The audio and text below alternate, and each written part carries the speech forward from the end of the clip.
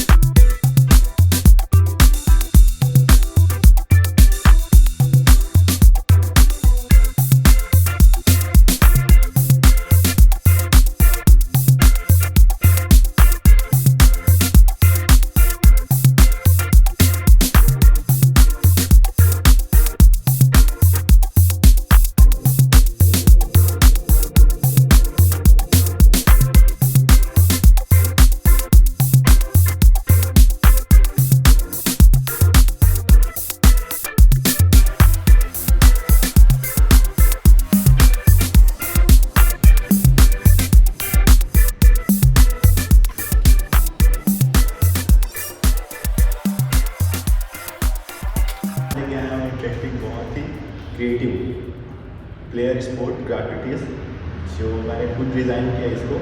And ये only पूरा नहीं हमारा पेंटिंग सब पूरे के पूरे। ये रहा हमारा पेंटिंग प्लेयर स्पोर्ट।